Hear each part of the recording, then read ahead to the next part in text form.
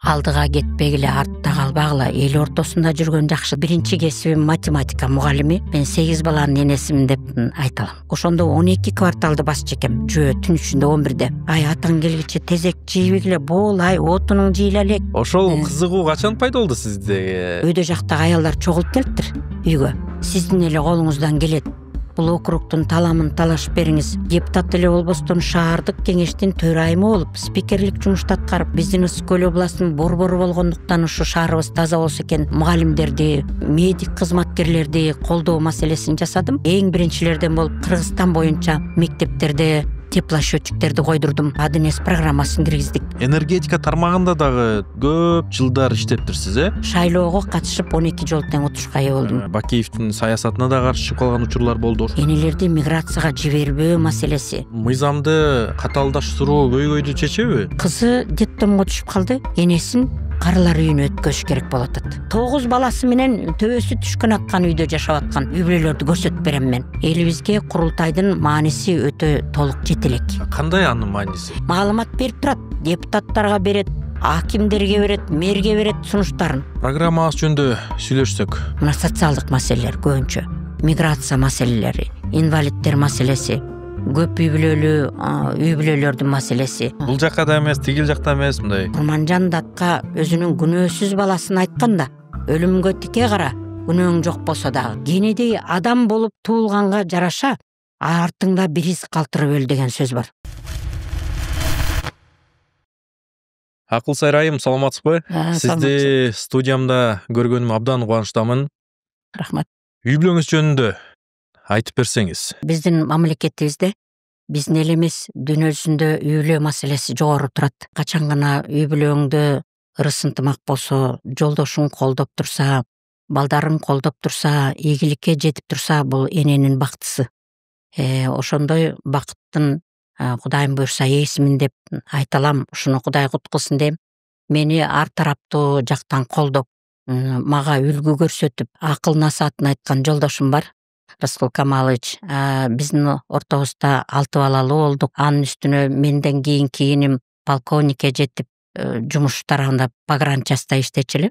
Ошо каза болду. Бир аз убакыт өтпөй колтусу каза болду. Чээде 2 баласы калды, бир кыз, бир эркек.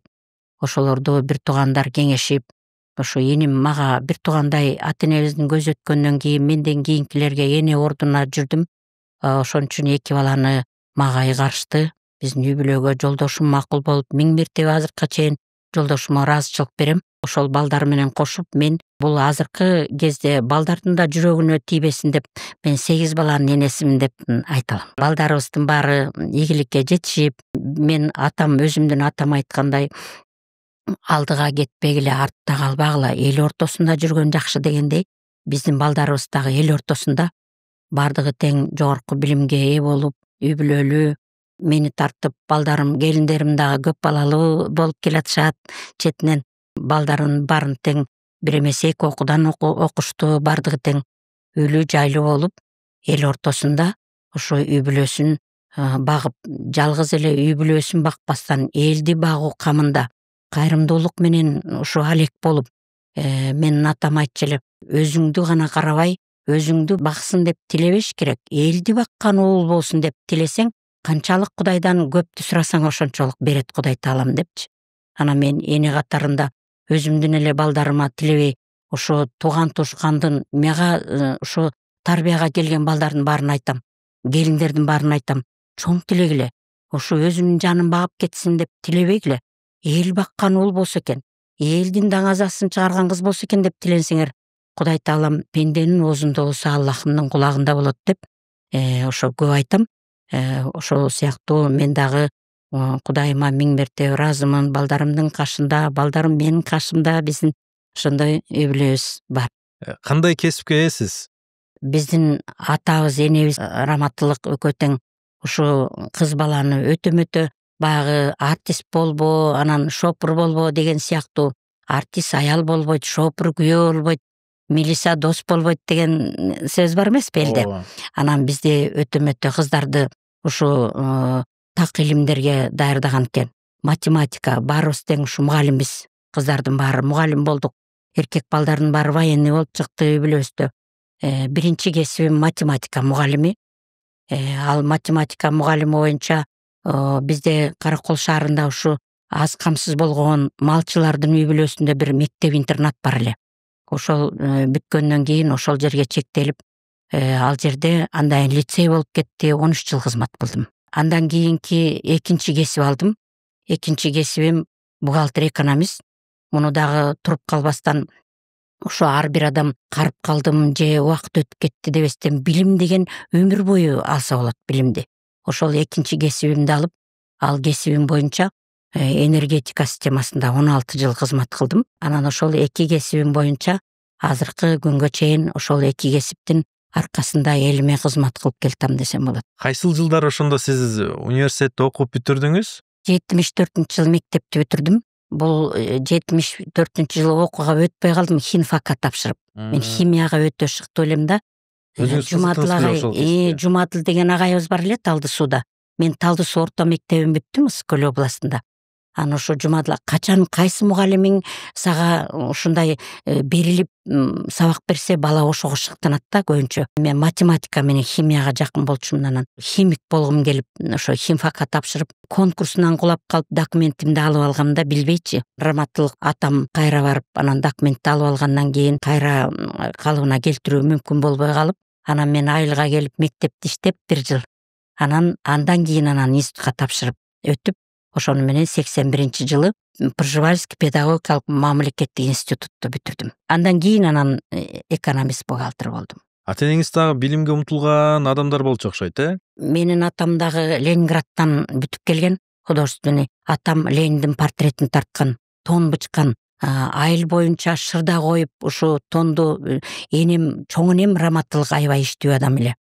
Ошолордон мага өтүп, мамам ушу апам, өзүмдүн апам сайма сайып оорукчан болгонуна карабастан сайманы үйрөтүп, ошо саймага платочканын четин тордотуп, ага шуру салып, ушундай иштерди кылган. Көбүнчө атамдын, энемдин тарбиялыгын алып, энем болсо апабыз, өзүбүздүн апабыз мугалим болгон. Мектепте азыр бир өзүбүздүн балдарыбыздын баары чогулуп барып, ошол энебиздин атынан бир кабинет уюштуруп, ошону бүтүндөй жабдыктар менен жабдык бердик Элебаев атындагы мектепке. Билимдүү болгон деп айта алам.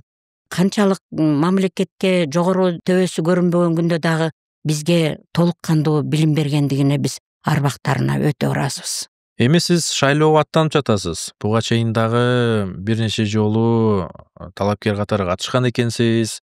Саясатчы десе болот го дейм да, сиздичи? Ошол кызыгуу качан пайда болду сизде? Студенттик кезинде бар беле? Жок, мен саясатка кирүү оюмда да жок эле. Республика партиясы ошо партийный системага өтүшүп, аябай аялдарды дагы колго алуу маселеси каралган ошол кезде. Мисалы үчүн Ысык Көл областында 7 район болсо, жок дегенде бирөө аял болсун депчи. Анан мени ошол кезде республика партиясына сунуш кылышып, аялдардан лайыктуу деп табышып, мен ошого ыраазымын. Анан 7 ошо болгондо да чоң район бизде Ысык Көл областында.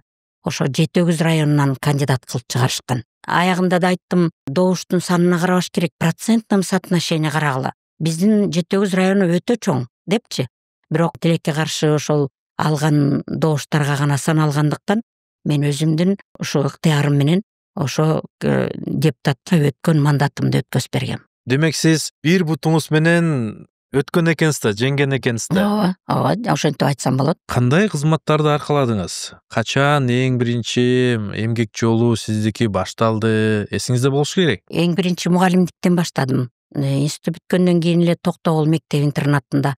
Ал кезде жарым ставка мугалим, жарым ставка тарбиячы кылчу эле. Себеби жатак мектеп болгон. Ошол кыйын ушундай турмушка ээ болгон, тартиби да ушундай болгон балдар да болчу эле. Жакшы окуган азыркы кезде ошо мектеп интернатынан бүткөн адамдар, мисалы үчүн Аманбаев ошону бүткөн.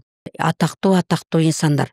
Анан ошол кезде жарым ставка мугалим, жарым ставка тарбиячы болуп, эмгектенип, эмгек жолумду ошо мектептен баштадым. Айымдардын жолу саясатта өтө оор. Муну моюнга алыш керек. Анткени саясат көп убакытты алат, жогорку кызматтар көп убакытты алат, туурабы?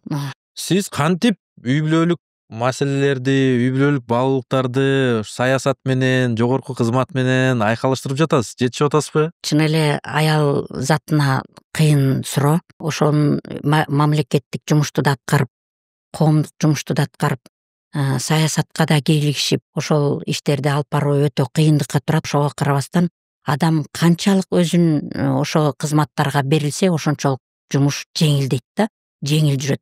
Ошонун бардыгы менен тең бир аткарган ишиңди бардык ситуация менен маалымдар болуп турсаң, саясат менен, шаарыбыздын коомдук иштери менен, анын бюджети менен тааныш болуп турсаң, иш өзүнөн өзү жеңилдейт. Балдарыңа үйрөткөнүңө да жакшы. Эми мен мисалы үчүн үйдө аялдык милдетимди аткардым деп эсептейм. Балдарымды чоңойтуп өстүрүп, балдарымды айтып калат кээ бирде көрбөй калчубуз депчи. Мен бир балам орусча окуган балдар прямой болот эмеспи. Анан мен түн ичинде түнгө чейин иштейбиз. 11-де балдарды жаткызып коюп, ал кезде автобус да жок, маршрутка, такси деген жок. Бир эле автобус жүрчү, сары автобустар. Анан түн ичинде жөө кетем.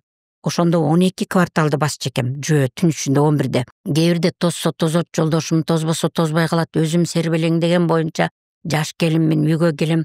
Эртең менен подъем деп коебуз. Кайрадан 5:30 туруп кетмей. 6-да барып балдарды ойготобуз. Анан ошол баламдын мектепте собраниясы экен, класста. Сөзсүз түрдө ата-энеңерди алып келгиле деп сумкасын алып калган экен. Анан мени күтүп жатып уктап калыптыр. Анан мен ал уктап калгандан кийин эртең менен кайра туруп кеттим да. Анан ал болсо мугалимине айтып барыптыр, где мама, родители где десе, мама не ночевала дома деп. Анан ошондой күндөр болгон. Сизди көрбөй да калышты экен да. Көрбөй да калышчу да. Балдарым деле азыр кызым, улуу кызыма көп күч тийди. Ошо балдардын кирин жууп, тамак жасоо, мен 11-де келем, ошол сыяктуу болду. Чындыгында үй бүлөдө балдарыма бири-бирин чоңойтуу жолу менен, ошо бири-бирин кароо менен, бирок ошентсе дагы биздин балдарыбыз ата-энеден да болобу деп ойлойм, ошо тарбиядан болот. Атам өзүм мындай тарбиялачу да, апам раматылык, ай атаң келгиче тезек жийбегиле, бол, ай отунуң жыйла элек, болбатыраак десе, биз атам келсе бирдеме болот экен деп жанталашып жыйнап калар элек. Ошол методду мен балдарыма да колдонгом. Бул биздин атабыз, менин жолдошум, балдарды бир урушуп койбогон. Бирок сүрдүү, ушундай бир айтканын кайтпаган ушундай адамда, эми эркектин ошондой болгону жакшы да.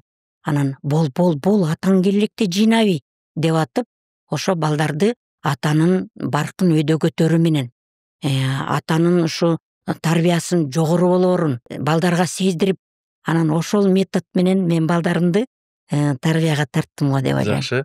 Жолдошуңуз эмне иш менен алектенет? Биринчи кесиби мугалим, физика мугалими.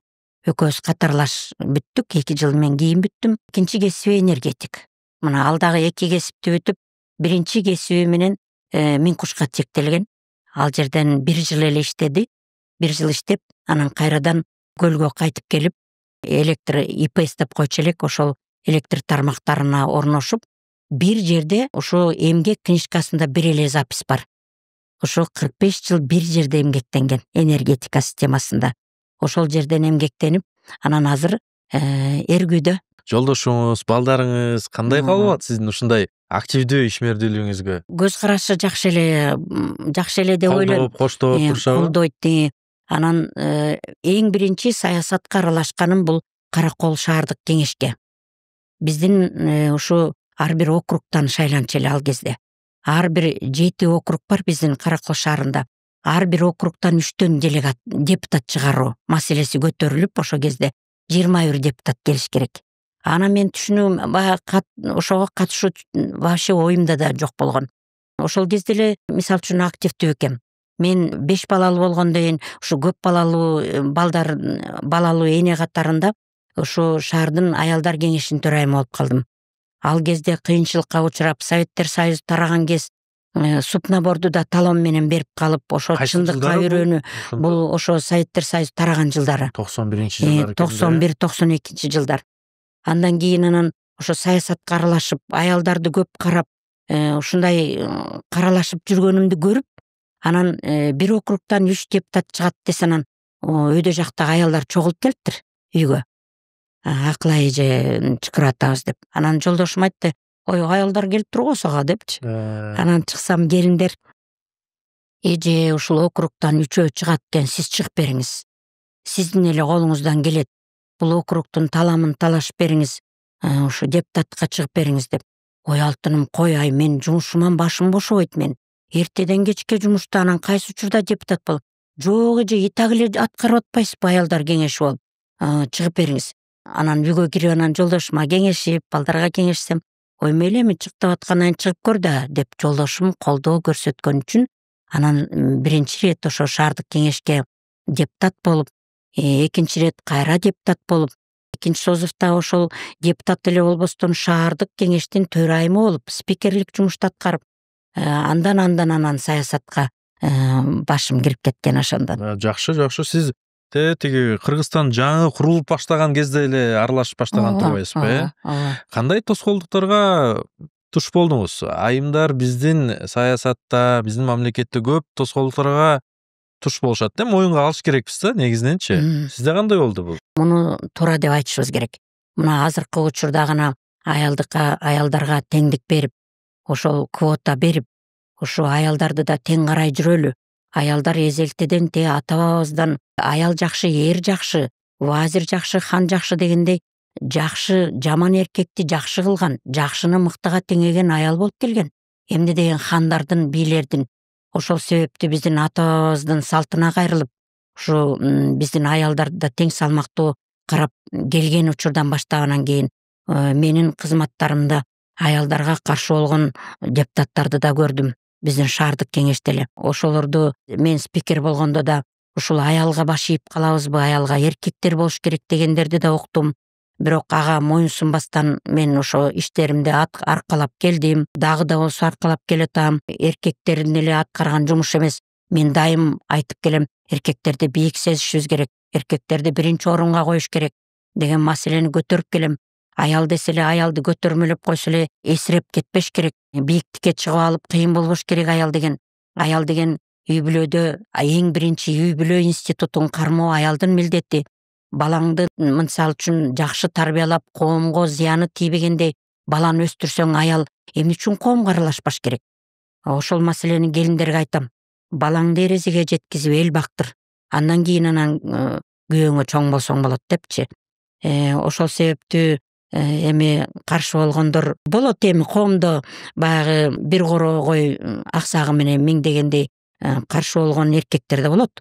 Алардын баарына туруштук берип, мен бирок эркектерди бийиктикке коюп келем. Ошол байкалууда сиз алтын орто нерсени карманат экенсиз да. Бул жакка да эмес, тигил жакта эмес, мындай. Ошол эле учурда үй бүлөгө да жетишип, ошол эле учурда кызматта да аркалап, ал жакта да жакшы бир жыйынтыктарды көрсөтүп, Каракол шаардык кеңешинин төрагасы болуп турсуз, төрө айымы болуп турсуз. Кайсыл жылдары бул? Бул 13, 14, 15 жылдары болдум. Ошол жылдары экинчи созовка шайланганда төрайымдыкка шайландым. Андан кийин ошол эле төрайымдыкты өткөзгөндөн кийин мэрликке кандидатурам коюлду, шаардын мэрлигине.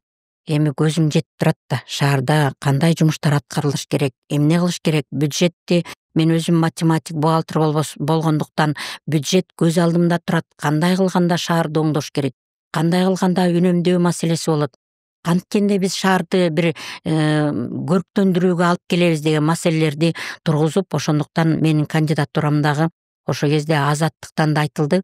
Единственная женщина баллотируется в мэры города депчи. Шаарлар аралык. Анан тилекке каршы бир голос менен утулуп калдым. Анан мен дагы ийгилик каалап, ал жигитке дагы. Кийин анан ошол эле жигит кайра мени вице-мэрлик кылып, өзүнө жардамчы катарында вице-мэрлик кызматты аркаладым. Ошол кезде көп нерселерди жасадык десем болот. Кандай иштер аткара алдыңыз ошол кезде? Эми вице-мэр болгондо шаарды тазалоо маселесин колго алгам. Дегенде эле мына өзүм баш болуп, организацияларды азыркыга чейин билет. Мына эң биринчи шаардан кирип келаткан көчөлөрдү, мисалы үчүн иностранецтер келет, тыштан Баткенден келеби, Оштон келеби, биздин Ысык көл областынын борбору болгондуктан ушу шаарыбыз таза болсо экен деген маселени карадым. Андан кийин бул маселеде шаардык кеңештин төрайымы болгондо дагы, депутат болгондо да, вице-мэр болгондо дагы биздин шаарыбыздын организация деп коет, ишканаларынын адинес программасы жоктугуна байланыштуу өтө кыйынчылыктар тоодурулуп, ар кандай эме отчеттор берилгендиктен мен бул учурда ар бир ишканага акча бөлдүрүп ошо адинес программасын киргиздик. Мына мен эң биринчилерден болуп Кыргызстан боюнча мектептерде теплосчетчиктерди койдурдум. Теплосчетчик коюуга болбойт, помощность эсептеп, ошол көп бюджеттин көп акчалары ошол мектептердин жылуулугуна кетчү. Ошолорду счетчик коюу менен миллиондогон сомдорду экономияга алып бардым десем болот. Эми ар бир ишти айтып отуруу кыйын. Эми мугалимдердин, мисалы үчүн мугалимдер иштеп жүрөт, маянасы аз. Ошону профсоюздар менен кайрылып, ар бир мугалимге жок дегенде бир кыш мезгилинде 1000 сомдон берели. Ушулардын өзүнүн маянасы үй бүлөсүнө жетпей атса, жок дегенде деп ошо электр энергиясына шаарыбызда канча мугалим болсо 1000 сомдон бөлдүртүп, ошондон бери азыркыга чейин келатат. Эң биринчи ушу мугалим деген кесип, бул кесиптердин падышасы. Мугалимди аздектөө керек деп ошо мугалимдерди ушу курортторго жиберүү маселесин мына профсоюздар менен карап ошого акча бөлдүрүү, мугалимдерге ошо соц тармактардан акча бөлүнсө тиш салдыруу, көз айнек берүү деген маселелердин көп маселелерди ошо соц тармак менен бирге көбүнчө ошо мугалимдерди, медик кызматкерлерди колдоо маселесин жасадым. Эми бул качан гана өзүң мэр болуп же өзүң бийликке келмейинче зам болуу менен бул көп нерсеге жетише албайсың.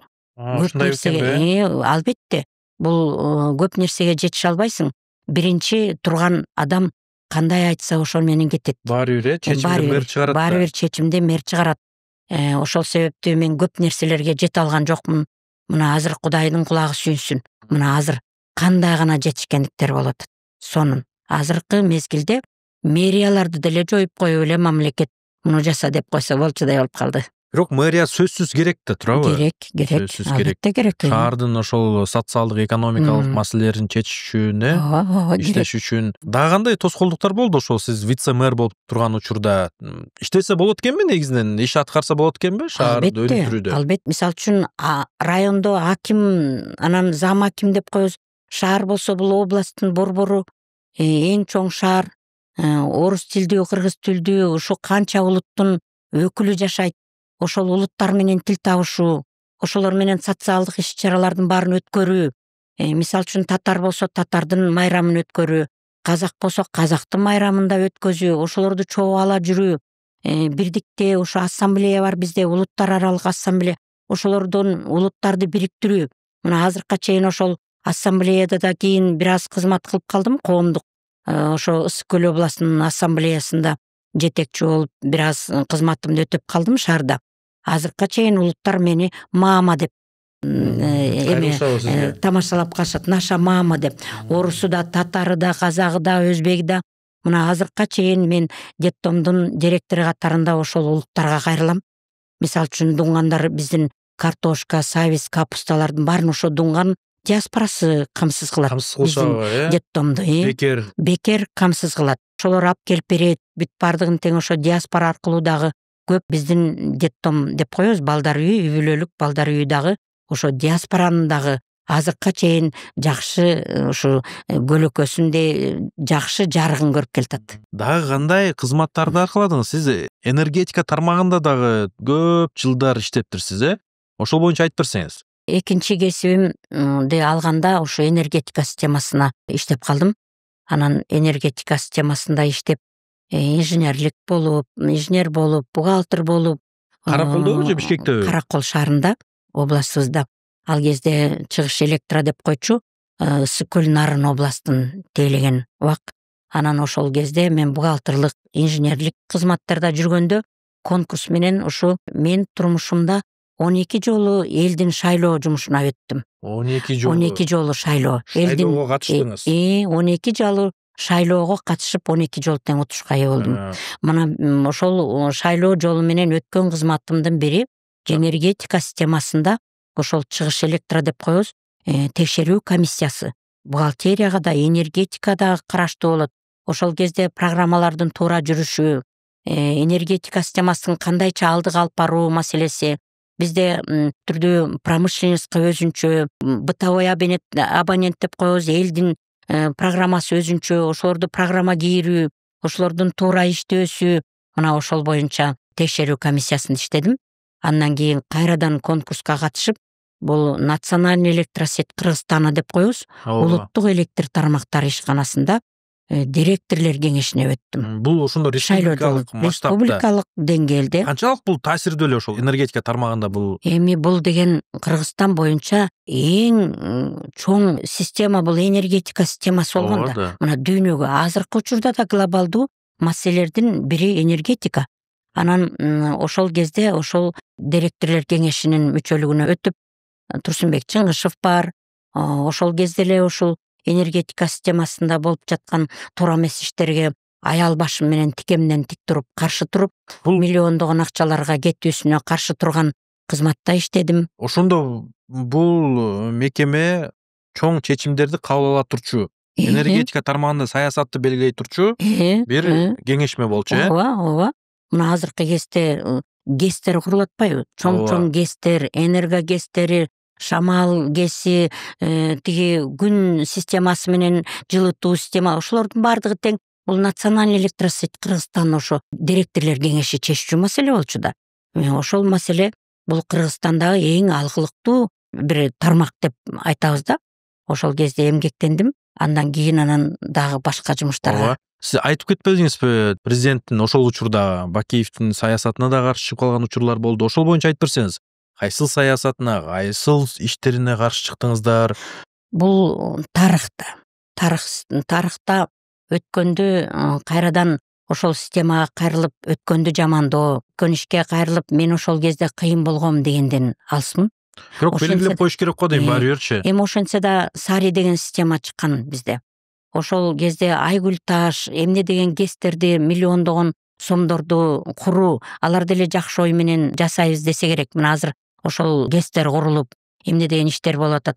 Бирок дүйнөлүк рынокко байланыштуу жогорку баалар коюлгандыктан каршылыгымды көрсөткөм. Бийликке карабастан каршылыгымды көрсөтүп, каршы добуш берип, бир мыйзамсыз иштерге, ошондой иштер менен туруктуу, мисалы үчүн башымды өйдө көтөрүп айта алам. Бул тармакты жакшы түшүнөт экенсиз. Көп жылдар бою иштептирсиз.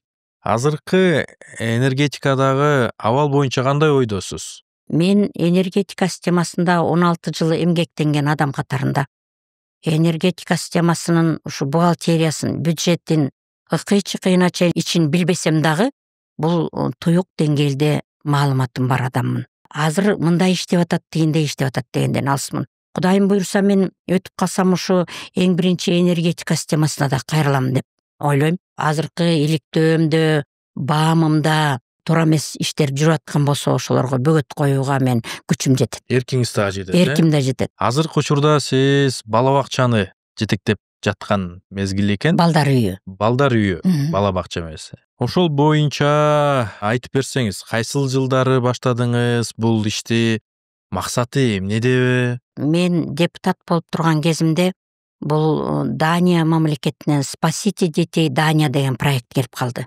дүйнө жүзү боюнча. Кайсыл Бул жылдары? 2008 жылдары. Ошол жылдары келип, биз ушу балдар үйүн, семейный детский дом сыяктуу каралбай калган балдарды ушу бириктирүү, бул ирада деген сөз биригүү дегенди, 5 кол биригип ынтымакта болуу дегенди билдирет. Кайсыл тилде? Дания тилинде. Датчандардын Спасите детей Дания деген проект. Депутат болуп турган учурум, социалдык тармактарды кайдыгер калбастан биздин мэрия лоббировать этишип, анан ушул балдар үйү курулган. Биз бюджеттин бөлүп берип, үй бүлөлүк балдар үйү. Бул эмнени билдирет? Үй бүлөлүк балдар үйү муниципалдык. Бул мэриянын бюджеттик каржылоосунун аркасында ошондой каралбай калган балдар, турмуштун татаал тагдырына туш болгон балдарды, ата-энеси ичип кетеби, каралбай калабы, ата-энесин бирок каза болуп калабы, же бир ата-энесине туруштук бербей үйүнөн качкан балдар болобу, зордук зомбулукка учураган балдар, ушул сыяктуу балдарды өзүнүн кучагына алуучу үй. Азыр канча бала бар? Азыркы мезгилде 17 бала бар. Пандемия учурунда бул каралбай калып, ошол учурда мэр чакырып, эже ушу сиздин гана колуңуздан келет, балдар үйү каралбай калды, ошого жетекчилик кылып бериңиз деп мэрия чакырды. Ал кезде Адылжан Корозович Каниметов мэр болуп турган учуру. Анан мен баягы кызматтарда иштеп жүрүп өзүмдү президент сыяктуу сезип алганмын го. Анан күлүп атпайбы, ой эже президент деле түшүп атпайбы эми ушу жетимдерден ушу отказ кыласызбы дегенде, анан мага жүрөгүмө катуу тийди да. Эми антип айтпасаң болот эле, мен жетимдерден кантип отказ кылам, отказ кылбайм десем, анда иштеп бериңиз. Мен үй бүлөм менен кеңешип келейин деп анан үй бүлөмө кетип жолдошума айттым, ушундай мэриядан сунуш түшүп атат, сиз пенсияга чыктыңыз, эми карап бериңиз деп атат десем, жолдошум ойлонуп туруп, ай могу үйдүн жанында, жакын. Сен иштебей калсаң өзүңдү өзүң карабай калат экенсиң. Кемпирге айланып баратасың. Сен кирип чыгып ошо балдардын батасын албайсыңбы? Карган кезде деп жолдошум түрткү болду да. Кара ошолорду. Ошолордун батасын ал. Мен жардам кылам дегенде анан ойлонуп, анан эртеси эмне кылсам, эми кайра барып айтуудан уялы, кой эми чакырса барармын десем, эртеси чалып, эже ойлондуңузбу? Келиңиз. Анан барсам, коронону баарын чыгып коюптур мэр. Анан эле приказын даярдап коюптур. Ошол боюнча пандемия учурунда 2020-жылы кыйынчылык учур, биздин Каракол шаарында вспышка чыгып, блокадаларды коюп, машиналар жүрбөй, эл каттабай, ушундай бир согуштун учурундагыдай абалга келгенбиз. Ошол учурда тамагы жок, эч бир каралбай калган жерден, үйүмдөн тамак ташып, ошолордун бүт баарын тең кыйынчылыктан бир баланы пандемияга учуратпай ошол алып чыктык. Ошондон бери мына азыр 5-жыл ошол балдарды карап, ошол балдар үчүн кам көрүп, бул үй бүлөлүк эле отурумдук балдар болгондуктан мен айтар элем, биздин мамлекетибизде өтө ыйманга жыгылган мусулман мамлекетинде бул детдомдор болбосун деп тиленип келем. Ошого карабастан ушундай балдар учурап калат, ошолорду канатыбызга калкалап багып келем. Бул Ысык көл облусу боюнча балдар келет сиздерге ошондо? Жок, Кыргызстан боюнча? Бул муниципалдык деп аталганына байланыштуу, бул Каракол шаарынын эле. Себеби шаардык бюджеттен каржыланат. 12 балага ылайыкташылган. Бир балага бир күндө 60 сом берилет тамак ашына. 4 маал тамак менен камсыз кылабыз. Жетеби 60 сом? Эми азыркы учурда жетпейт, албетте. Бирок биз азыр мусулмандар, айрыкча жаштар өтө кайрымдуу болду. Өзүм дагы дайыма айтып келем. Ушу жаштарга ыйман тилеп келем. Ошолордун кайрымдуулугунун аркасында ушул балдар эч нерседен кем болбостон 4 маал тамагы менен дасторконубуз бүгүнкү чейин майрамдагыдай жайдырам. Баланын көзү тойбосо өзү тойбойт. Ошон үчүн майрамдагыдай көзү тойсун, баарын жайына аткыла. Үйүнөн көрбөгөндү, үйүнөн жебегенди бияктан жесин деген мааниде азыр ошол балдар жакшынакай жашап атышат. Жаштары кандай балдардын? Жаштары 16га чейин деп каралган. Бу жерге кээ бирде 2 ай 3 айлык балдар түшүп болот. Ошолорду мына шарт барбы ошолорду караганга? Эми иштеген тарбиячыларга чын жүрөгүмдөн ыраазы кылып, дайыма ыраазычылыгымды билдирип келем. Батамды берип аларды шыктандырам жумушка. Силер деген ушундай ушу балдардын алкоосун, ушулардын батасын алып атасыңар. Силерге Кудай Таалам өмүр берет, бакубаткарлык берет. Ушуларга чыдап иштегиле деп 16га чейин келет. Кээ бирде 16дан өткөн кыздар түшүп болот. Венасын кесип өлөм дегендер келет, өлтүрөм дегендер келет. Уурулары келет, эмчектеги балдар келет. Мына ошол балдардын баарына туруштук берип, биздин тарбиячылар ошолорду карап келебиз. Ар кандай тагдыр менен чөткөндө? Ар кандай тагдыр, эми жүрөгүң ооруйт бул тагдырларды көргөндө. Мен ушу жерден айтып кетейин, ушундай тагдырга түшүп болгон татаал тагдырдагы ушу жакшылыкты көрсө экен ушу бала деп тиленген үчүн мен кайрылбаган жерим калган жок. Акырында ушу ыраазычылык билдирем. Араб өлкөлөрүнүн кайрымдуулук фонду ушу бизде Бишкекте СОС кайрымдуулук жаштар фонду бар. Ошолор менен тыгыз иштешебиз. Ошолор байма-бай балдарга эле эмес, ушу биздин бүтүндөй Кыргызстанга кайрымдуулугун кылып келет. Жүздөгөн үй бүлөлөргө кайрымдуулук алып келишет. Ошолордун аркасы менен ушу араб мамлекетинен менин катыма жооп болуп, 5 күн болсо да ушулар бир жаркыраган имаратта жашап кетсе экен деген тилегим орундалып, 350 квадратта 2 этаж ушу балдар үйү курулуп, биздин алдыдагы максатым орундалды деп Кудайга миң мертебе ыраазычылыгымды билдирем. Мэрияга, биздин шаардык кеңештин депутаттарына ыраазычылык билдирип аттым.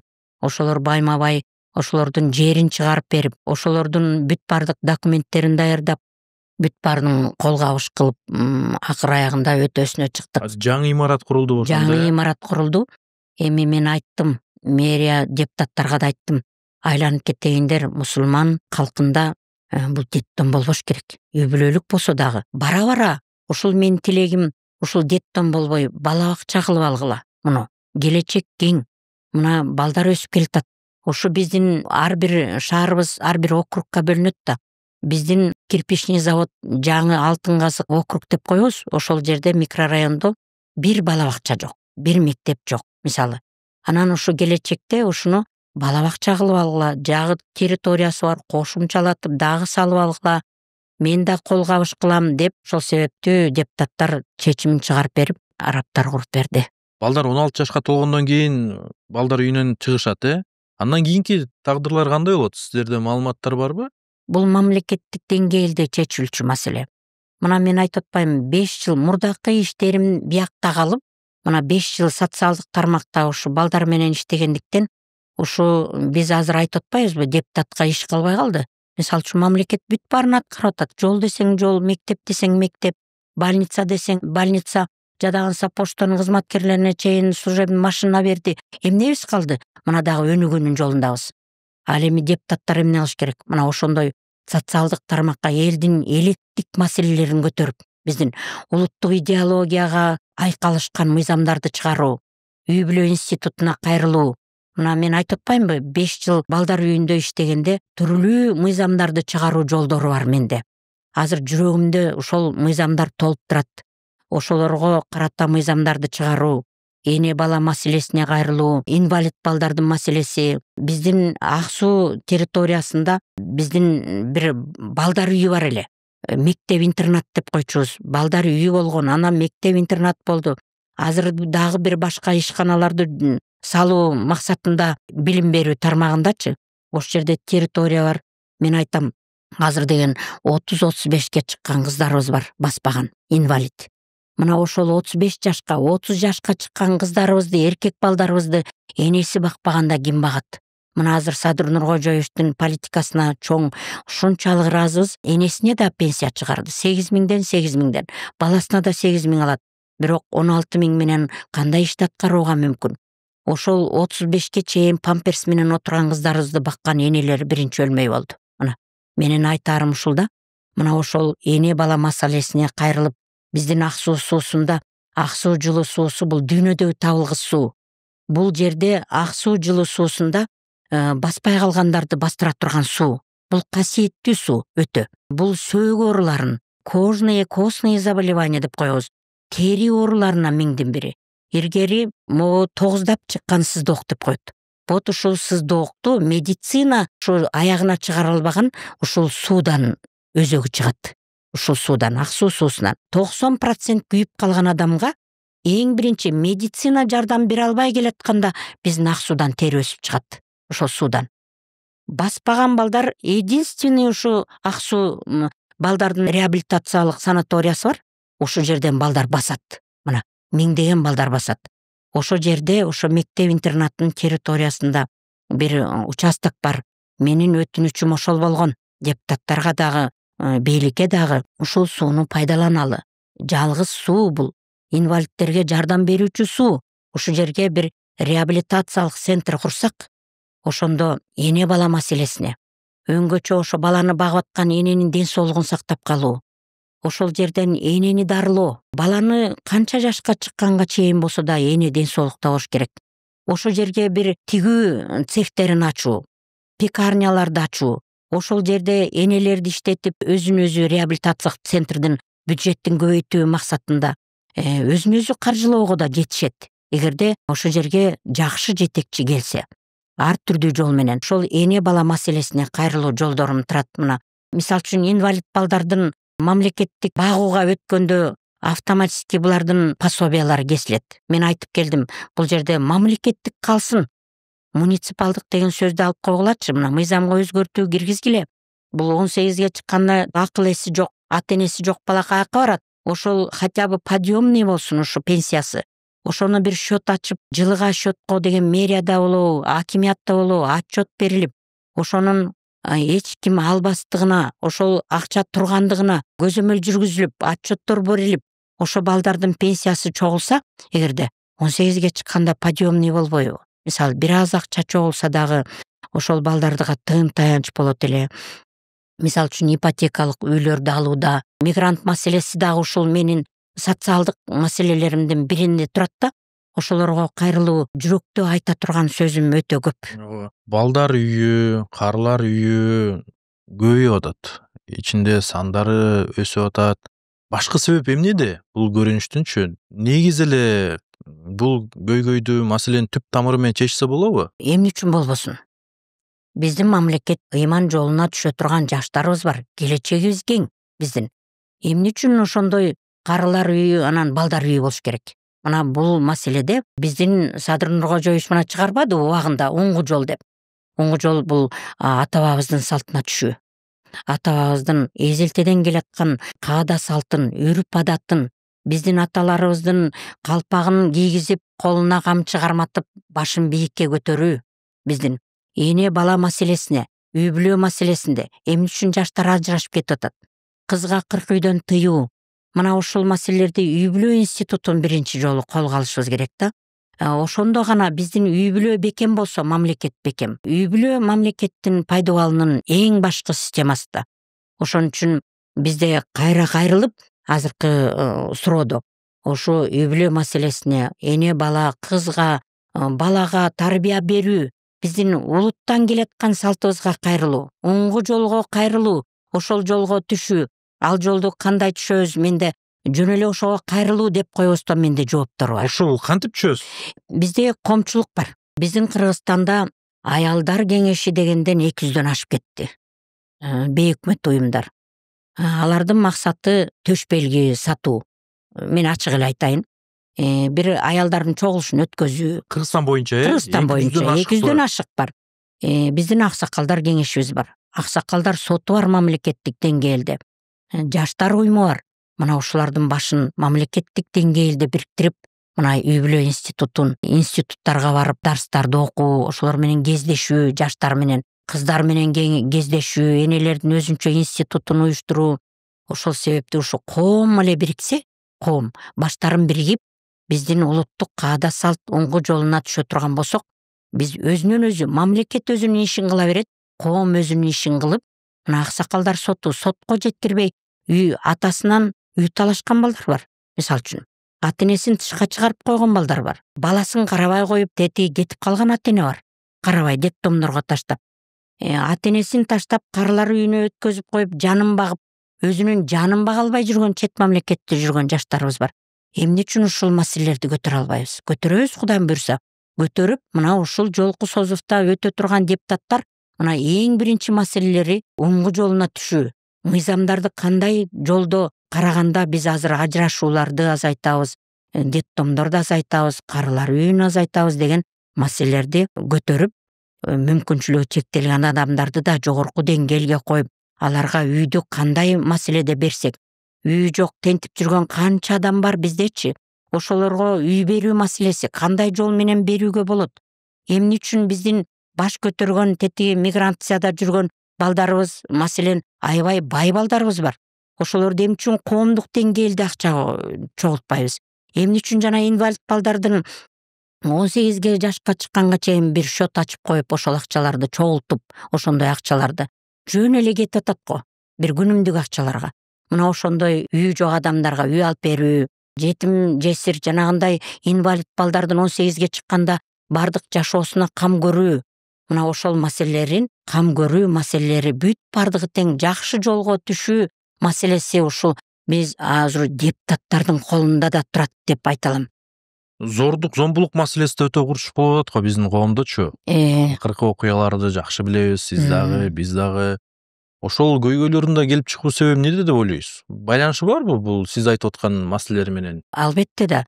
Бизде коомчулукта коом тарбияласа, эми мамлекеттин тарбиясына өткөндө соттоо аны. Ошол баланы соттоо, кыздын өмүр бою бетине чиркөө болуу, ошондой зомбулукка учурап же каза болуп калды. Ошол маселелерди биз коомчулукта тарбиялоо маселесин алсак болот. Ал кандай ал? Мына азыр эле айтып өттүм да. коомчулукка балага жашынан мээримдүүлүккө, ыймандуулукка тарбия берүү. Ыймандуулук жолу менен биз балдарыбызды тарбияны ким берип атат ошондо? Ата эне, анан коомчулук. Көбүнчө ата энеден болот. Көбүнчө тарбия ата эне. Мектептеги балдарды дагы мугалимдерге шылтабашыбыз керек.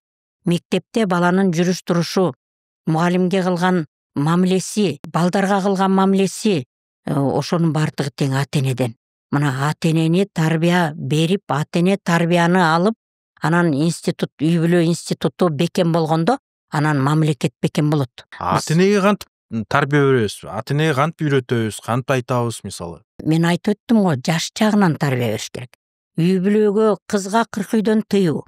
Эркек балага кандай болгондо сен үй бүлө күтө аласың? Ошол үй бүлөнү туруктуу күтө аласыңбы? Бага аласыңбы? Ошол сүйүң түбөлүктүү боло алабы? Ошондой маселелерди жаш кезинде үйрөтүшүбүз керек да биз.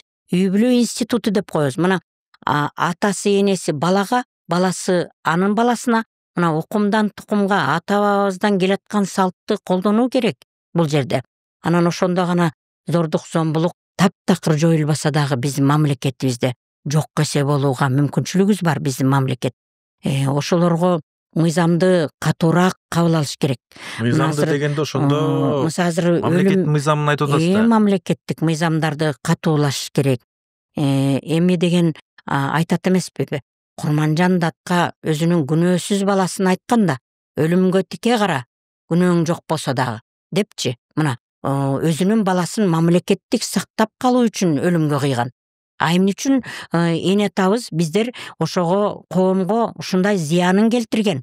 Бала сыяктуу бала болбогон, өзүнүн аялын өлтүргөн, кызын өлтүргөн, ушу зордук, зомбулукка күч келтирген балдардан көрө жогу деген маселе келип чыгат да. Мына мыйзамдын күчүнө келтирүү. Ошондой жесткий мыйзамдарды чыгаруу менен дагы бизди коркутуп, аны менен жокко чыгаруу мүмкүн эмес. Бирок ошентсе дагы биз ошондо азаздан бир коомубуз тазаланат деп ойлоном. Мыйзамды катаалдаштыруу көйгөйдү чечеби? Эми чечпесе дагы жеңилдетет. Таптакыр жок кылуу мүмкүн эмес. Жеңилдетет. Мүмкүн сиз айткандай буга чейин тарбиялоо, туура жолду көрсөтүү аркылуу чечсек дагы туурабы дейм да, билим аркылуу, маданият аркылуу. Бизде бир программа пайда болду эле, балдардын мультфильми Актан жана Акылай дегенчи. Мына ушул сыяктуу биздин манасыбызды үйрөтүү. Манас биз дүйнө жүзүндө улуу эпос экендигин, ошол аркылуу бул дүйнөдөгү улуу калктын бири экендигибизди, кыргыз мамлекети. Ошолорду мисал үчүн мультфильм болобу же китептер аркылуу ушул сыяктуу жаштарыбызды кенедейден патриоттуулукка, улуттук сезимди ойготууга тарбияласак, анан ошондо дагы биз тарбиялоонун жанакындай жакшы турмушка барарыбыздын жолдорунун бири. Ушул жерден ичине тагыраак кылсак, кантип тарбиялайбыз, ошол манасты кантип үйрөтөбүз жана анын бизге болгон пайдасы кандай болот? Мисал үчүн азыр депутаттыкка кандидатурамды коюп туруп эле манасты үйрөтөм дегенден алысмын. Бирок ошентсе дагы ушул биздин билим берүү системасында, мисал үчүн ошо манас трилогиясын, ушул манасты биздин улуу калк экенибизди, ошондо кандай гана душмандар кандай болгон, сатуучулук кандай болгон. Мисал үчүн сатуучулук да болгондо да анда ошол кезде коррупциядан да көрсөтүлгөн. Ошондун үлгүсүндө биздин жаштарга азыр манас деп 1000 манасчыны бир айттырып, анан бир иш-чаралар болуп атат албетте. Бирок бир көрүнүп коюп эле жок болбош керек да. Анын системалуулугун көбөйтүшүбүз керек бизде. Мектепте системалуу түрдө манасты үйрөтүү менен, манасты ар бир жаран манасты тутуу менен биз дагы улуу кыргыз элинин улуу экенибизди билдирип, ошонун манастын жолу менен барып, ошону ураан тутуп, ушундай бир жакшы иштерге барат деген көңүлүмдө чоң үмүтүм бар. Патриоттуулук, улутчулдук сезими өтө маанилүү. Ооба. Туурабы? Ооба. Бир улуттун калыптанышына, бекемделишине жана өнүгүп өсүшүнө. Ушул жаатта кандай иштерди алып барасыз дагы? Мен алып барам дегенден алысмын. Мында биздин Кыргыз тил институту бар, Илимдер академиясы бар, биздин чоң институттарыбыз бар, университеттерибиз бар. Мына ошонун деңгээлинде мени билим берүү министрлиги бар, көп иштерди алып барып атат. Ошонун деңгээлинде бара-бара көч түзөлөт дегендей, бул келечекте аткарылчу маселе деп эсептейм. Дагы бир маселеге сиз токтолуп кеттиңиз, миграция. Бул дагы биздин коомчулук үчүн өтө көйгөйлүү бир маселелердин бири болуп атат да. Кандай сунуштарды берип жатасыз? Ушул жаатта миграцияны токтотуу максатындабы, аларды кайтаруу максатындабы кантип иш аракеттерди көрсөк болот? Миграция маселесине мына биз ушу Советтер Союзу тараган күндөн башталбадыбы? Китайский сумканы көтөрүп аялдар белине бөкчөрүнүп алып үй бүлө багуу маселесинен кетти бул маселе. Анан эми бара бара мына мамлекетибиз оңолуп, өз калыбына келип, мына үй бүлө маселесине өтө көңүл бөлүп баштаганда мен ушу балдар үйүндө иштегенде миграция маселесин көп учурадым да. Ушу балдар үйүндөгү маселелер, карылар үйүндөгү маселелер көбүнчө мигранттардын үй бүлөлөрүнө көбүнчө туш келет да. Ушундан келип чыгып атат. Ушундан келип чыгат. Мен бир эле мисалды келтирейин. Мисал үчүн бизге 16 кыз келип түштү. Анын көйгөйүн, эмне болуп түшкөнүн баарын изилдегенде көз жашы көл айтат: "Менин тайнемди карылар үйүнө орноштуруп бериңизчи" дейт. Эмне болду десем, тайнемди мамам деген бизди экөөбүздү кошунанын үйүнө калтырып кеткен дейт. Подружкасынын үйүнө. Анан ал мамам акча жиберип турчу дейт, ал подружкасына. Анан ошол аркылуу биз ошол жакта жашачубуз дейт. Анан кийинки күндөрү мамам акча жибере албай, анан тиги эже апам тайнемди дагы чыктып атат дейт. Өтө оор тагдыр да. Анан кызы детдомго түшүп калды. Энесин карылар үйүнө өткөзүш керек болуп атат. Ал кошуна келин менен дагы байланыштым. Эже дейт, канча жыл бактым. Акча жиберип турчу, азыр акчасы да жок. Анан мени жолдошум да урушуп атат. Мен эми өзүмдүн үй бүлөмдү бакпай ушул энени багамбы, кандай менин тагдырымды да түшүнүңүз деди. Анан түшүнсө болот да. Болду. Анан мамаңды сен 5 жашыңда кетсе тааныбай турбайсыңбы десем, жок, телефонун сатып берген, телефондон тааныйм дейт. Анан телефонун бер дедим. Телефонун алдым дагы, анан ошол келинге чалдым. Москвада экен. Ай кызым, сен үй алам деп кетиптирсиң, энеңди, кызыңды таштап, ошол маселең максатыңа жетип келатасыңбы? Үй алууга акча чогулттуңбу деп жумшак баштадым. Анан айтат: "Ой эже, үй алмак тургай, мен квартирама акчамды төлөй албай атам" дейт. Ошон кыйынчылык болуп, мен тиги эжеге да акча жиберчү элем, жибере албай атам. Анда дедим, сен кайрыл. Бул мамлекетке кайрыл, сага иш табылат. Сен энеңди бакпасаң, энеңди карылар үйүнө өткөзсөң, балаңды бакпай детдомго өткөзсөң, балдар үйүнө, сенин бул жашоодо кандай жашоого акың бар? Сени, дедим, мен азыр Ташиевке кат жазам. Сени ушу элге үлгү катарында соттотууга алып барам. Сен үчүн мыйзам чыгарууга алып барам мен. Сендейлерди соттоп алимент кестириш керек. Сени үлгү кылабыз бул мамлекетте. Энесин, ата-энесин карабаган, баласын карабаган жаштардын эмне кереги бар? Бир жуманын ичинде чамаданың чогултуп келгиниң. Мен сага жумуш да таап берем, үй да таап берем дедим. Анан бир жума өттү, 2 жума өттү, кайрылбайт ал келин.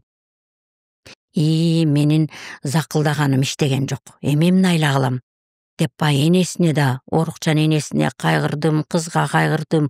Анан бир убакта ошол келин келатат, келди. Келип анан энесин да алды, кызды да алды. Мына ушунун мисалында мен айтат элем, миграцияга кеткен ата-энелерди, өңгөчө аял затын, энелерди, жаш өспүрүм балдары бар, өтө-мөтө кыздары бар, энелерди миграцияга жибербөө маселеси, мыйзам иштеп чыгаруу, эне атасын карабай кеткен балдардан алимент кестирүү, балдарына да азыр алимент кесүү маселеси бар азыр. Баласын бакпаса алимент кесип береге болот сот аркылуу.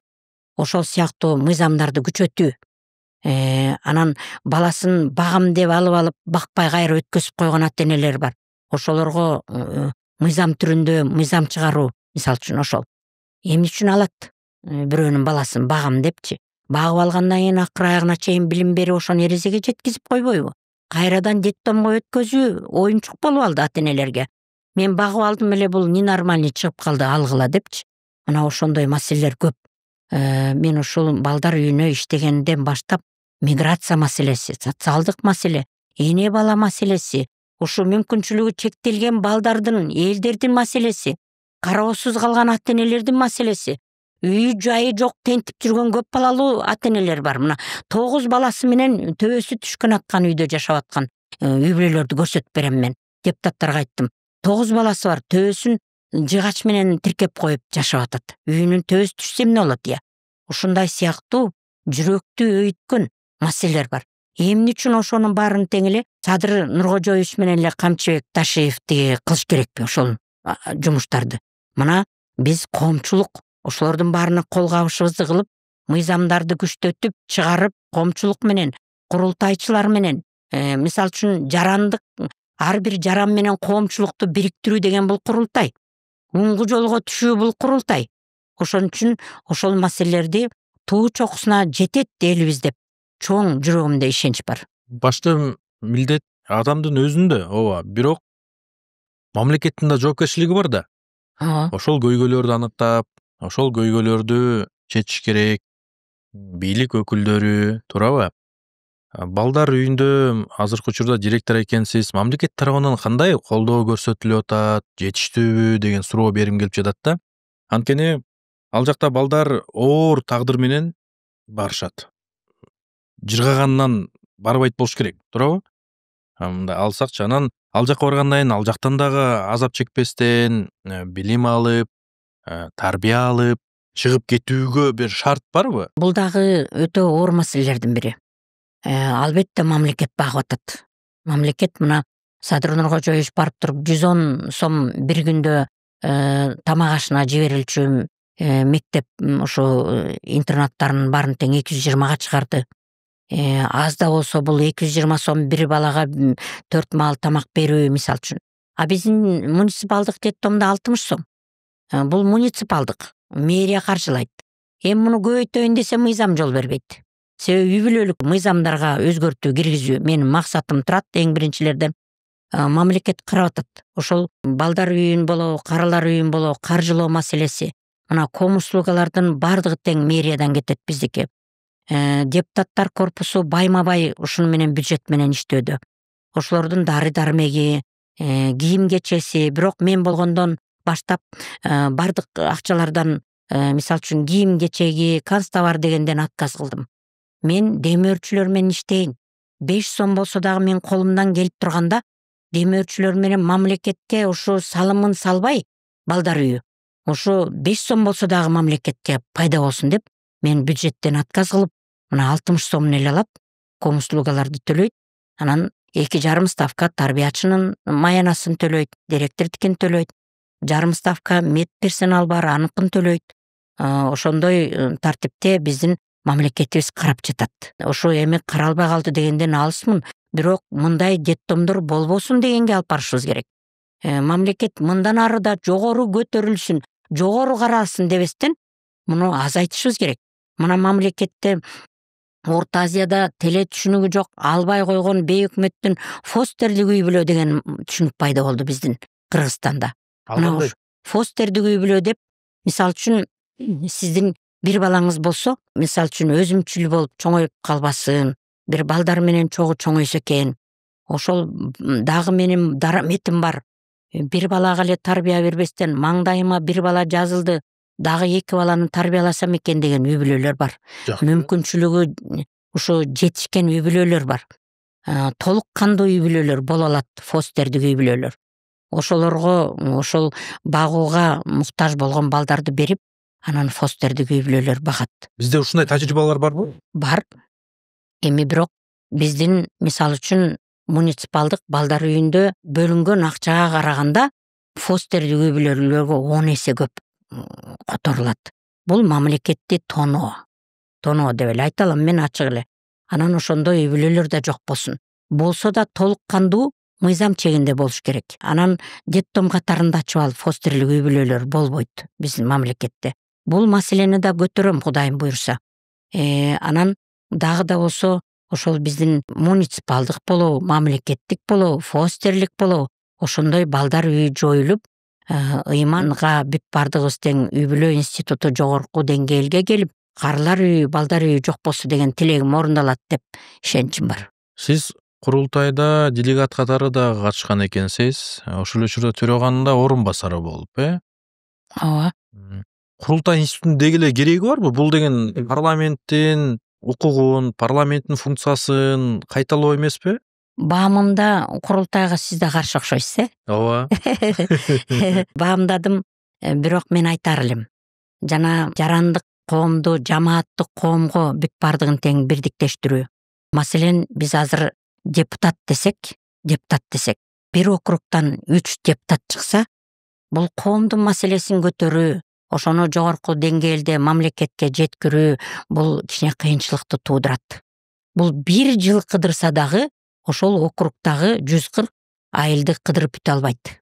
Кандай кыдырса да. Ошон үчүн бул эмнеге керек курултай? Курултай бул депутаттарды кайталоо эмес. Бул жамааттык коом, элди көтөрүү. Бул курултайда азыр Садыр Нуркожоевич айтпадыбы? Аттиңай курултайды туруктуу кылуу али эрте экен деп. Мына мен курултайга 2 жолу делегат болуу менен мен да баамдадым. Элибизге курултайдын мааниси өтө толук жете элек. Кандай анын мааниси? Эми бунун мааниси курултай, маселен, бир айылдан 20 киши делегат болуп чыкса, же 5 киши чыкса, курултайга делегат болуп. Мына ошол айылынын, ошол айыл өкмөттүн, ошол райондун, ошол маселелерин, элет жеринде көйгөйлөрдү, эмне маселелер мамлекет тарабынан аткарылбай атат, кандай маселелерди коомчулукка алып чыксак болот, кандай маселелерди эл өзү чече алат, кандай маселелерди депутаттар аркылуу бийликке жеткизебиз деген маселенин баарын тең курултай, жергиликтүү курултай чечиш керек. Мына мен айтар элем, мына бир округтан 3 депутат чыкса, 3 депутаттын ар жагында дагы 30 делегат болот. Курултайдын делегаты. Мына 30 жардамчысы болот. Ал депутаттын. Депутаттык орунду ээлеп албайт курултайдын делегаттары. Ошол жерде болуп аткан көйгөйлөрдүн баарын тең депутатка жеткизип турат. Депутат аны мамлекетке жеткизип, бюджеттен бөлчүсүн бюджеттен бөлүп, коомчулуктан ошо аткарылчу иштерди коомчулуктан жасатууга мүмкүнчүлүк алып, анан кайрадан келип ошо делегаттар менен аткарылган иштер жөнүндө маек куруп, сөзсүз түрдө эле отчет берүү эмес, ошолорго маалымат берүү, ошолорго билдирүү жасоо. Ошо коомчулукта делегаттар, курултайдын делегаттары көтөргөн маселенин канчасы аткарылды, канчасы аткаруунун этабында турат. Мына ушуну сөзсүз түрдө эле президенттик аппарат отчет жасаш керекпи? Делегаттардын, курултайдын делегаттарынын суроо талаптарынын мынчасы аткарылды, мынчасы аткарылбаган жок депчи. Мына ошону өзүнөн өзү отчет алынып турат, коомго белгилүү болуп турат. Анан кийинки делегаттар келип, мына быйылкы делегаттардын көбүнө айттык, мен курултайчылардын ассамблеясын түзгөнбүз. Мен деп келаткан курултайчылардын катарында келатам. Канча курултай болсо ошончонун баарына катышып келатам мурдакы. Тиги биздин Бакиевтердин учурунан бери 15-жылдагы бардык бейжиктерим бар. Ушу курултай маселесин көтөрүп келе жаткан адамдардын бир активдүү мүчөсүнүн биримин. Кыргызстанда ушу курултайчылардын ассамблеясы түптөлүп, ошонун мүчөсүмүн.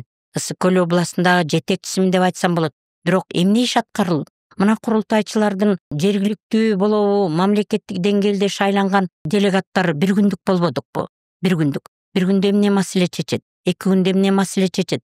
Айтылды. Ошону менен калды. Биз айттык, бир барган делегат кайра барбагыла. Жаңы делегаттарды камдагыла. Курултайдын делегаттарын камдаш керек. Ошолор коомчулук түшүнүш керек. Курултай эмне экенин түшүндүрөлү. Ошого иш алып баралы деген маселелер турат алдыда. Биздин коомдогу жөнөкөй адам курултай дегенди түшүнмөк тургай депутаттар түшүнбөй койду го. Мына курултайдын мыйзамын кабыл албай койду. Мына анан депутат деп шайланган адам түшүнбөгөндөн кийин коомчулук түшүнөбү? Жөнөкөй элеттик адам түшүнөбү? Ошондуктан биз курултайдын эмне экендигин, ата-бабабыздан келаткан каада салт, бул деген ата-бабабыздан келаткан маанилүү маселелерди чечүү, бул уюм керек болсо курултай. Парламент эле болуп атпайбы? Жок, эч кандай парламент эмес. Бул деген курултай элет жеринде кеңеш берүүчү, текшерүүчү орган эмес бул. Бул деген аткаруучу орган эмес, кеңеш берүүчү, баамдоочу, ошолорго мисалы үчүн маалым берүүчү, маалымат берип турат, депутаттарга берет, акимдерге берет, мэрге берет сунуштарын. Могу жерде момундай көйгөй болуп аттыр деп. Мына ошондо жамааттык биригүү менен, жамааттык кеңешүү менен ошол маселелерди жогорку деңгээлге чыгаруу. Мына курултайдын бирден бир маселеси жалаң гана бюджет эмес, көпүрө салуу же жол салуу же мектеп салуу эмес. Курултайдын максаты улуттук идеологияга кайрылуу. Мына жаштар биздин эне бала маселеси, кыздарга кырк үйгө тыюу, ата менен баланын маселеси, үй талашуу маселелери, үй бүлө институту. Мына жогоруда айтып өтпөдүкпү? Мына канткенде биз коомчулукту жогорку деңгээлде бир жакшы бир илгертиден атабыздан келаткан салт менен алып барабыз. Мисалы жолдо атчаң киши эгерде жаш болсо, туруп турган адам карган болсо, өзүнөн улуу болсо, аттан түшө калып салам берчү илгери. Азыр салам береби балдар? Салам бербейт азыр, керек болсо салам бербей баратат. Келиндер илгертиден биздин Ысык Көл областында бар азыр жүгүнүү маселеси. Саламатсызбы деген ордуна монтип койсо, бул өзүнчө алкайт. Саламатчылык деп айтып кеткенден көрө, мына айтат: айланып кетейин, тилегиңе жет, бактылуу бол деп сакалдуу киши алкап өтөт ал келинди. Эмнеси жаман? Ушундай каада салтыбызды күч кылсак, улуулардан кийинки муунга ата салтын өткөзсөк, улуттук идеологияны туу тутсак. Курултайдын кандай тиешеси бар бул нерселерге? Мына азыр айтып өттүм го сизге. Башынан бара айтып өттүм го. Мына курултайдын мааниси ошол. Биздин улуттук идеологияга кайрылуу, ата бабабыздан келаткан салтты күч алдыруу. Мына курултайдын мааниси ушунда. Маанилүү гана мамлекет маселелерди ошо биздин депутаттарга жеткизип, депутат мамлекетке, мамлекет президентке жеткизип, анан мамлекеттик деңгээлдеги маселелер чечилет. Курултайда жергиликтүү эле маселелер козголуп атпайбы? Жол салып бергиле, мектеп салып бергиле, анан тигиндей, мындай депчи, ал деген жергиликтүү бийликтин кыла турчу иши болуп атпайбы? Аны курултайга алып барып чыгарып айтыштын кандай кажети бар? Мен жооп бердим бул суроого. Андан көрө ошол жергиликтүү кеңештен талап кылып, ошол жактан ишти бүтүрүүгө аракет жасаса. Мен азыр эле жооп бердим. Дейм да. Курултайдын максаты жол куруу эмес дедим. Бир мектеп куруу эмес дедим. Курултайдын максатын элге туура түшүндүрүү, ошол курултай институтун жогорку деңгээлге жеткизүү мына биздин максат. Ошолго эгерде эл ар бир курултайдын маңызын ар бир адам түшүнсө, ал эми айтып атпаймынбы, даже депутат түшүнгөн жок, анан элибиз түшүнбөйт. Маңызы эмнеде ошондо? Айтпадым бем, азыр эле айттым го. Мен маңызы улуттук идеологияга кайрылуу, ата салтын колдоо, үй бүлө институтун өстүрүү. Мына биздин жанагындай зордук зомбулукка алып баруу маселеси ушул курултайдын эң башкы маселелеринин бири болуп эсептелинет. Курултай институтун кантип колдонобуз бул сиз айтып аткан нерселерди ишке ашырууда? Мына коом менен колдонобуз, биз көтөрөбүз. Мына айтпадымбы? Жаштар коому бар, аялдар кеңеши бар, аксакалдар кеңеши, аксакалдар соту бар.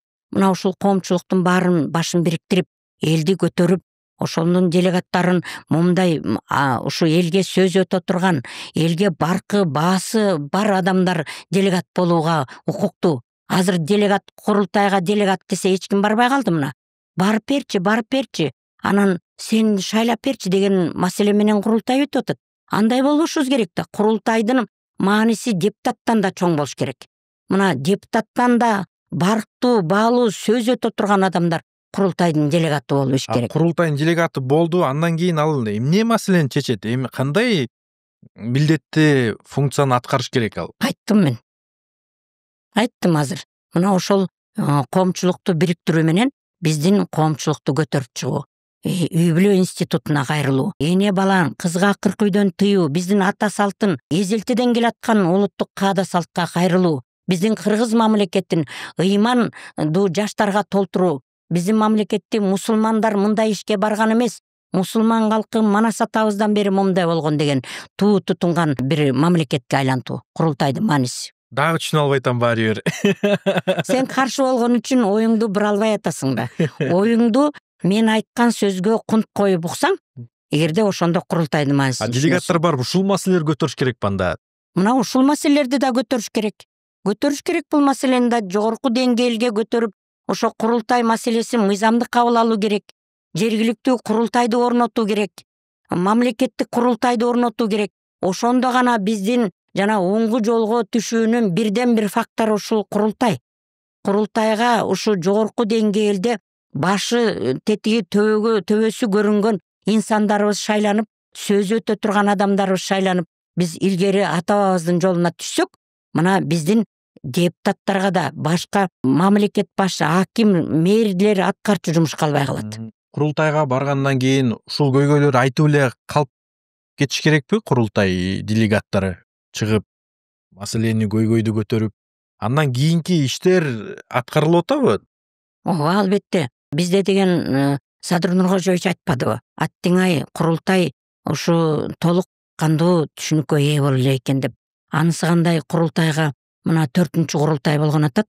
Муну акимчилик баш болуп, мэрия баш болуп, ошого шайланган депутаттарга курултайдын маани маңызын түшүндүрүү иштерин, сен эмне себептен курултайга делегат болуп баратасың?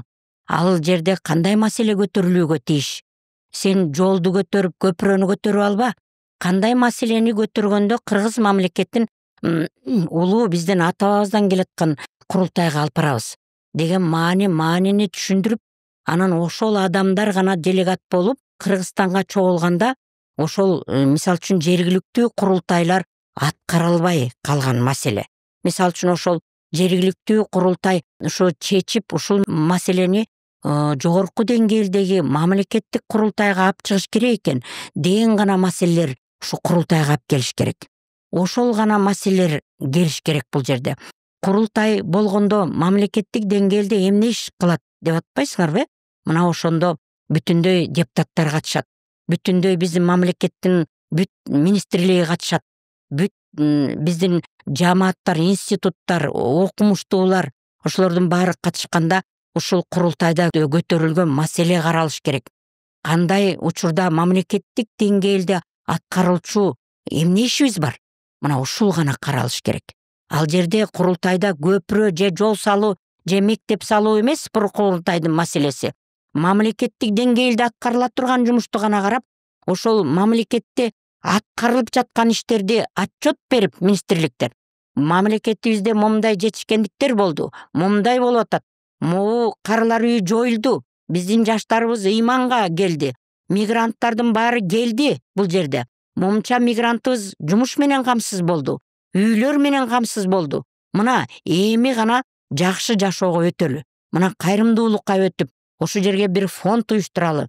Өздөрүнүн күчү менен ала албай аткан үй бүлө, мисалы үчүн үй ала албай атса, үй алып берели. Жумушу жок болсо жумуш берели. Жумуш менен камсыз кылалы деген маселелер каралыш керек ал жерде. Мына ошол гана маселелер жогорку деңгээлде гана аткарылчу жумуштар каралыш керек. Курултайдын маани маңызы ушундай. Парламенттин кереги жок болуп калбайбы анда?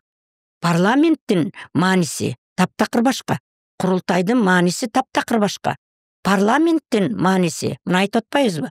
Парламенттин мааниси мамлекеттик деңгээлде аткарылуучу иштердин, бюджеттин туура колдонулушу, анын бюджетте, мамлекетте чогулган бюджетти каяка сарптоо, туура сарптоо, кайсы деңгээлде кайсы региондорду акчаны туура бөлүштүрүү, тегиз өндүрүү. Багы депутат болсо эле мен тияктан шайланып келдим эле, мени эмкиде шайлабай коет, акчаны бөлүштүрүп алуу деген эмес. Андай бөлүнбөш керек.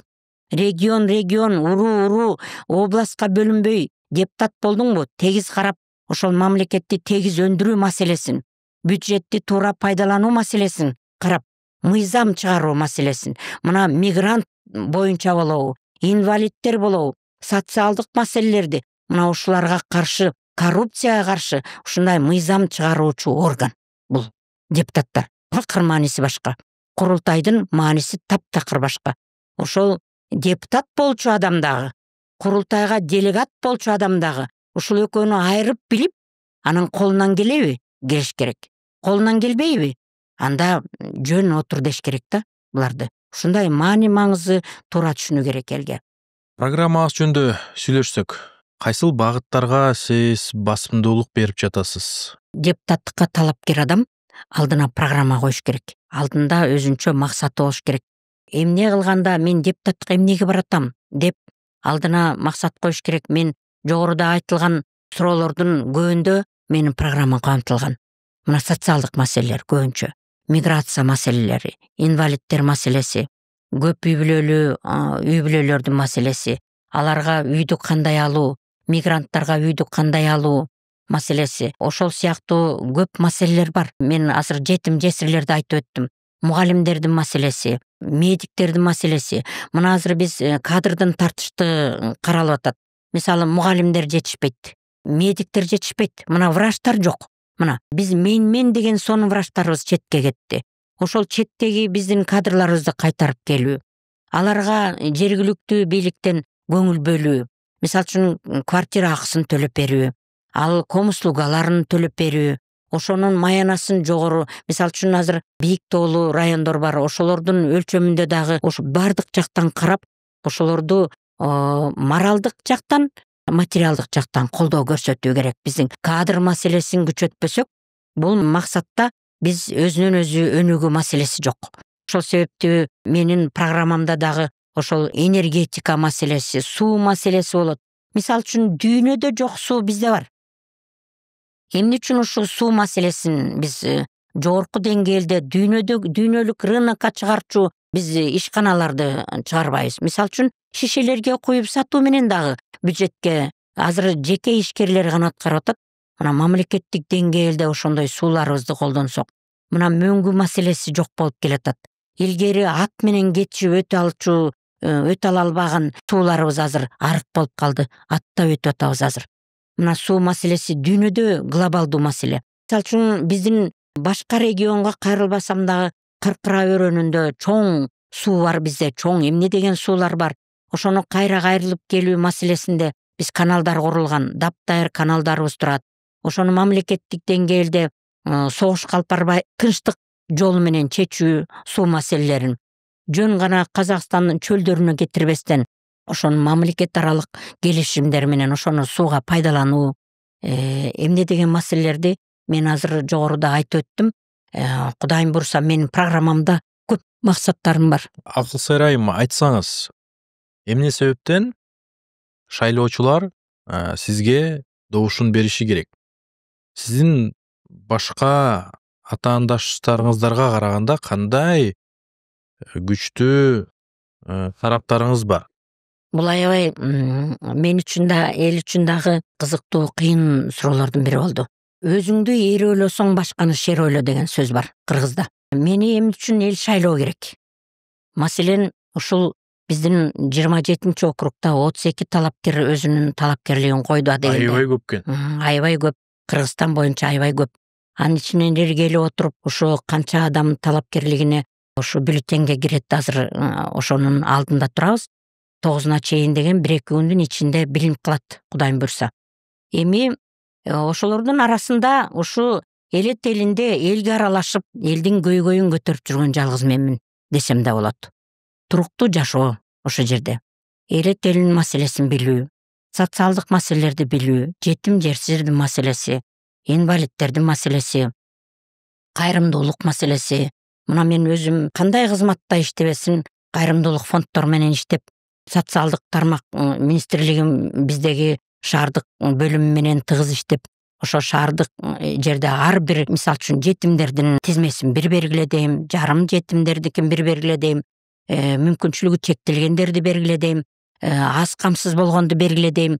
Ошолордун баардыгын тең кайрымдуулуктарды тартып келип, фонддорду, ошолорду жүздөгөн үй бүлөлөргө өзүмдүн салымымды кошуп келем. Бюджетке бир дагы салымымды салбастан.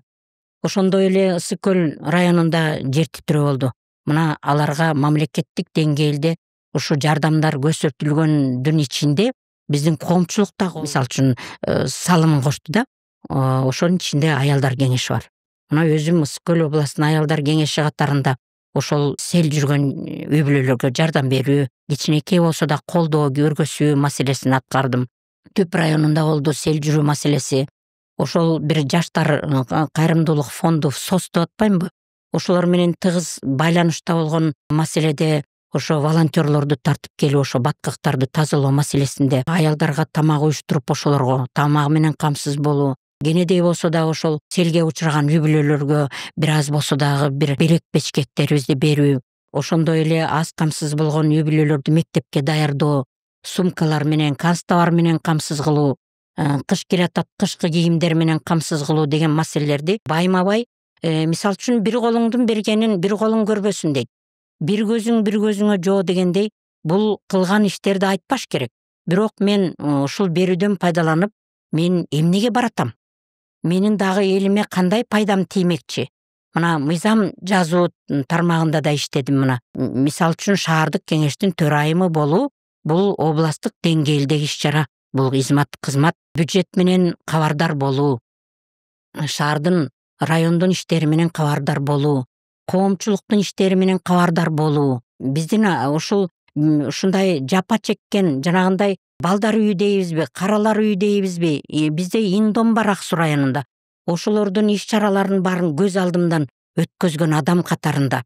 Буларга мыйзам тарабынан күчтөндүрүү, зордук зомбулук маселеси, кыздарыбызды кырк үйдөн тарбиялоо маселеси, үй бүлө институту, мына ошолордун баарын көз алдымдан өткөргөн адам катарында. Жолбосо мага эмне жетпейт? Менин дүйнөдө, мисал үчүн аба жолдорунда алтын сертификатым бар. Жолдошум экөөбүз дүйнө жүзүн кыдырсак да бекер кыдырууга мүмкүнчүлүгүбүз бар. Анан менин өз каражатым өзүмө балдарым аркылуу жетип, азыр отурчу мезгилим жыргап, дүйнөнү кыдырып, чалчактап, кийбегенди кийип, ичпегенди ичип отурчу мезгилим.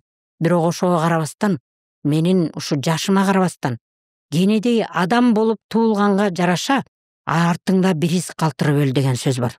Артыңда из калмайынча ал жашоо деген бул өтө кыйын нерсе. Сенин энең кандай болгон, атаң кандай болгон, эмне иш аткарып кеткен. Ошол себептүү менин артымда дагы адам болуп туулганыма карата ошо артымда бир из калса экен. Мен өзүм эле жыргап өтпөстөн ушундай кардар болуп турган элдерге да бир кол кабышым тийип кетсе экен. Кенедей мыйзам чыгарсам да ошолор үчүн иштесе экен деген максатта депутаттыкка талапкерлигимди койдум деп айтам. Кудайым буйрса, эмне себептен эл мени шайлаш керек? Мына аялдар да билет, мени коомчулук билет, Кудайым буйрса. Эгерде элимде жүрөгүндө ыйман орносо, жүрөгүндө тазалык болсо, илгеркидей акча сатылбаса, мен сатылат деп айтпайм. Элибиз эч качан сатылган эмес. Биздин кыргыз эли улуу эл.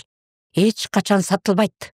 Ошон үчүн эл этелинде жашаган жалгыз мен болгондуктан элим ушу добушун берет деген ишеничте мен ушу талапкерлигимди койдум. Чоң рахмат сизге. Шайлоо өңгүтүндө ийгилик каалаймын. Рахмат. Рахмат сизге.